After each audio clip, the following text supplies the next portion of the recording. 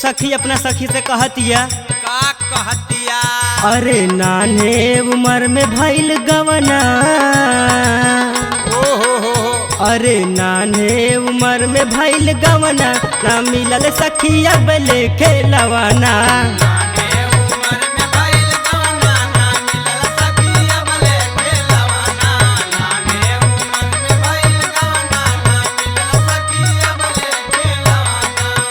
अब ले खेलवना हो, अब ले खेलवना,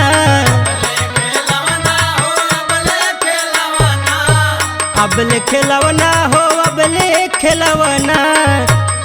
नान्हे उम्र में भइल गवना, ना मिलल सखी अब ले खेलवना।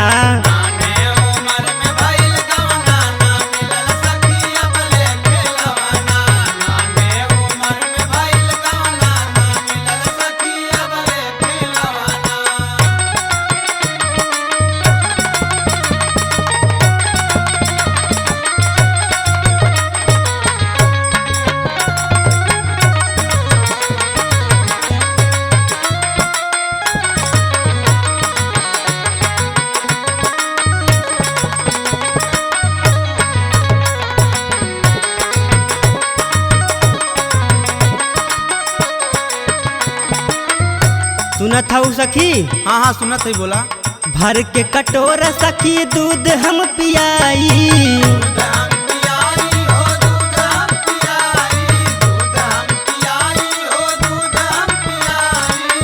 पियावा के कैसे वो है लायक बनाई।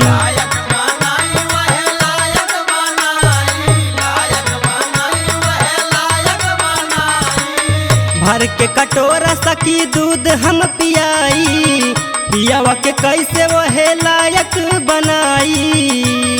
जरे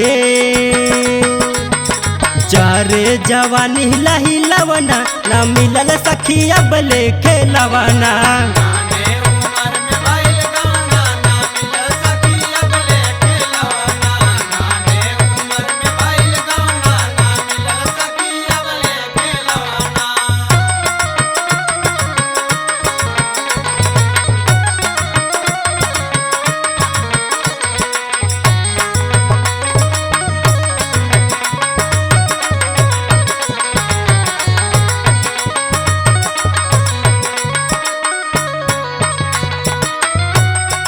और सुनत हूँ सखी हमरे सैया जी की बतिया?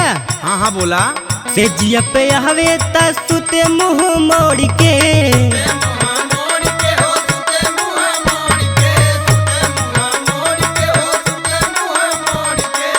राह जानी साकी हम तकिया मरोड़ के।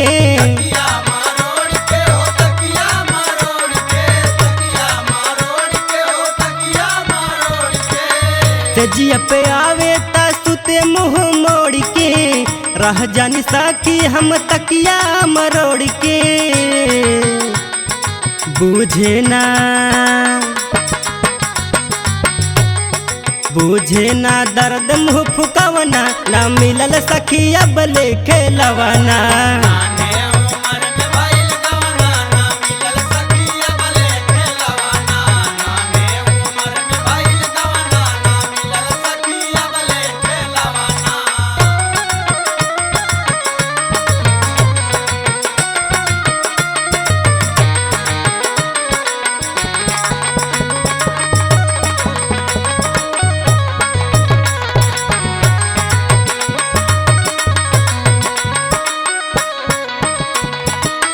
रात दिन तोहरा के बतिया बताई,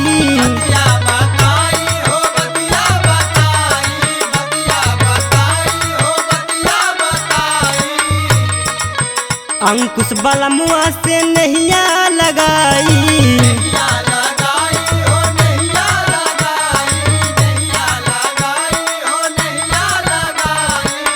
रात दिन तोहरा के बतिया बताई, अंकुश बलमुआ से नहिया लगाई। अरे बहिया